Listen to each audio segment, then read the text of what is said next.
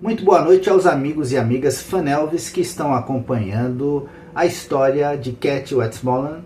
E no capítulo 6, o qual está decorrente agora, Cat está focando no lado latente da personalidade de Elvis, que é a sua generosidade. Elvis não doou apenas carros, joias e casas. Ele também doou serviços médicos, serviços estéticos e serviços que comprometiam a saúde de seus amigos e parentes. Por exemplo, Felton Jervis, o produtor musical de Elvis, teve todo o seu tratamento de transplante de rim pago por Elvis. Uma vez Elvis, no palco, brincou com seu produtor. Ele estava tendo algum tipo de problema de som e ele diz do palco: "Ei, Felton, eu vou tomar aquele rim de volta." Elvis também pagou por uma cirurgia de redução de estômago para o seu amigo de longa data, Lamar Fike. Depois disso, Lamar teve muito mais saúde. Ele também ofereceu e incentivou que George Klein operasse esteticamente seu nariz. Elvis e Cat. Ele também tinha senso de humor em relação aos seus presentes. Em uma viagem de esqui para Aspen, Colorado, ele comprou 21 Cadillacs para todos do seu séquito, que incluía as namoradas dos rapazes da comitiva. A história chegou às agências de notícias e Elvis estava escutando o rádio quando ouviu um disc jockey local noticiar sobre os 21 Cadillacs. Então o disc jockey disse: "Ei Elvis, se você está me ouvindo, eu também gostaria de ganhar um Cadillac novo." Elvis gargalhou e mandou um para o cara. Aposto que ele ficou pasmo quando descobriu que sua piadinha no rádio lhe rendeu um carro de luxo novo. Todo mundo sabe o quanto Elvis adorava joias bonitas. As pessoas podem não desconfiar, no entanto, que ele próprio desenhou muitos dos anéis e colares, ou esboçou ideias como guia para um joalheiro. Uma noite, nos bastidores, enquanto esperava para prosseguir durante a minha primeira semana com Elvis, ele chegou do meu lado, pegou minha mão, dizendo docemente: "Mãos bonitas?" Então, com descarado prazer em me surpreender, ele colocou um lindo e enorme anel de cabeça de gato, todo em ouro 18 quilates, com olhos de safira em meu dedo médio. "Eu mesmo projetei", disse ele. "Achei a sua cara." Na verdade, parecia comigo. Foi muito legal. Eu ainda possuo este anel e o uso diariamente. É um gato de aparência egípcia e com as orelhas em pé. Pode até ser considerado uma arma mortal. Claro, será sempre uma lembrança preciosa e também um presente maravilhoso. Certa vez ele desenhou uma coleira de joias para seu dog alemão, Brutus, e gostou tanto que mandou fazer uma para si mesmo. Na verdade, ele era tão aficionado por joias que tinha seu próprio joalheiro na estrada. Lowell Hess, dono de uma joalheria em Memphis, participou da maioria das turnês. Ele trazia consigo um estojo de joias para que Elvis pudesse dar uma olhada nas mercadorias e selecionar presentes para seus amigos ou para alguém que ele simplesmente tivesse vontade de presentear com uma joia. Isso não significa que Elvis gastasse muito tempo olhando joias, mas ele queria Lowell por perto caso tivesse vontade e quisesse dar joias a alguém. Em certa turnê, Lowell juntou-se a nós e deve ter saído às pressas de Memphis porque esqueceu de levar sua caixa de joias. Por isso, quando Elvis quis ver as novidades, o joalheiro teve que confessar que não tinha nada para mostrar. Isto deve ter irritado Elvis, por isso ele insistiu que Lowell o acompanhasse a uma joalheria em cada cidade que estivéssemos. Não me lembro onde estávamos.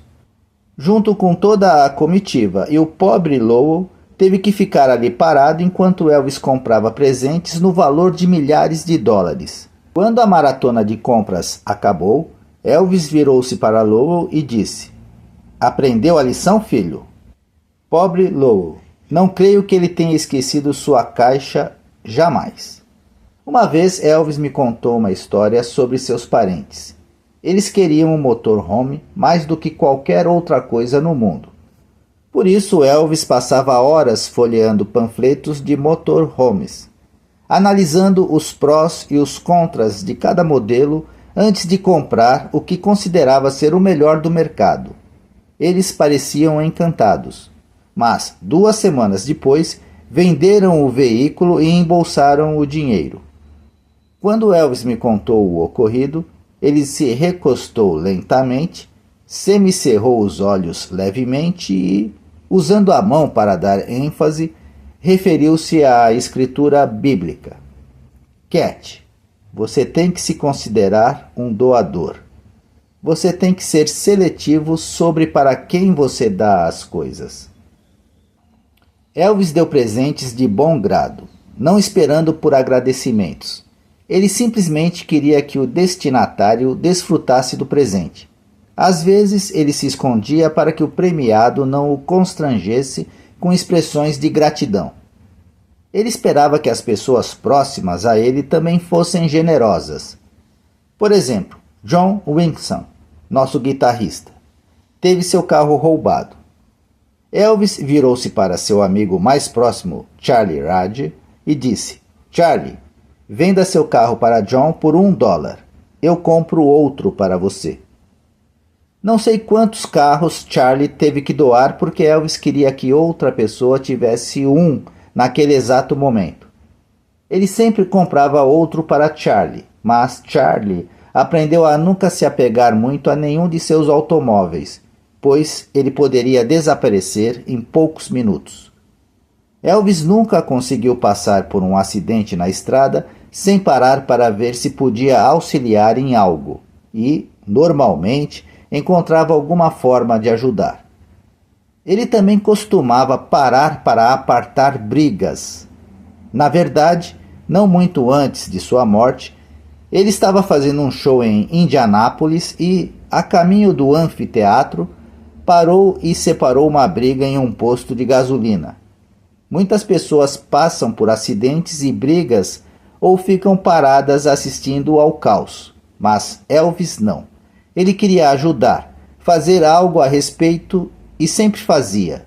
Elvis era fascinado por qualquer coisa relacionada à ciência da medicina ou ao tratamento de doenças e lesões, incluindo cirurgia plástica.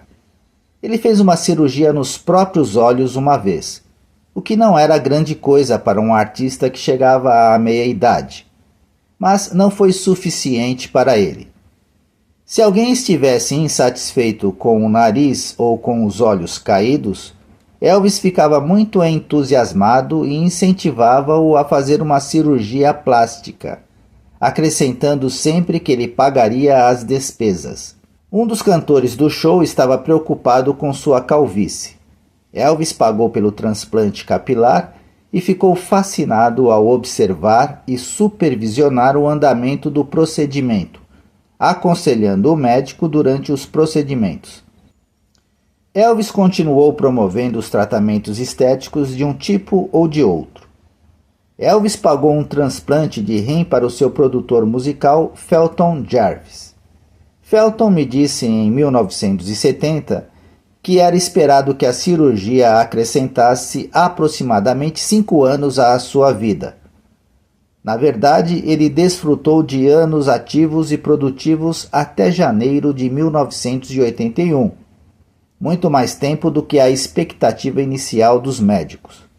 Lamar Fike, que vez por outra operava como iluminador do show e bobo da corte em tempo integral, pesava 180 quilos e não estava bem de saúde.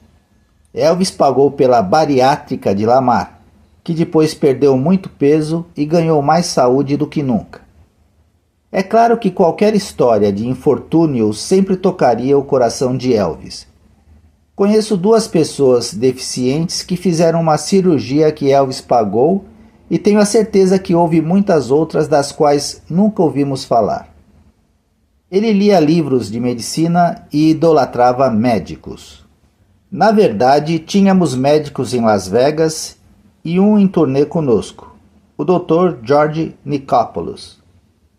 Nada dava mais prazer a Elvis do que discutir com o Dr. Nick, como todos o chamávamos, os detalhes clínicos do corpo humano e tratamentos para doenças que poderiam ter acabado de surgir na área médica.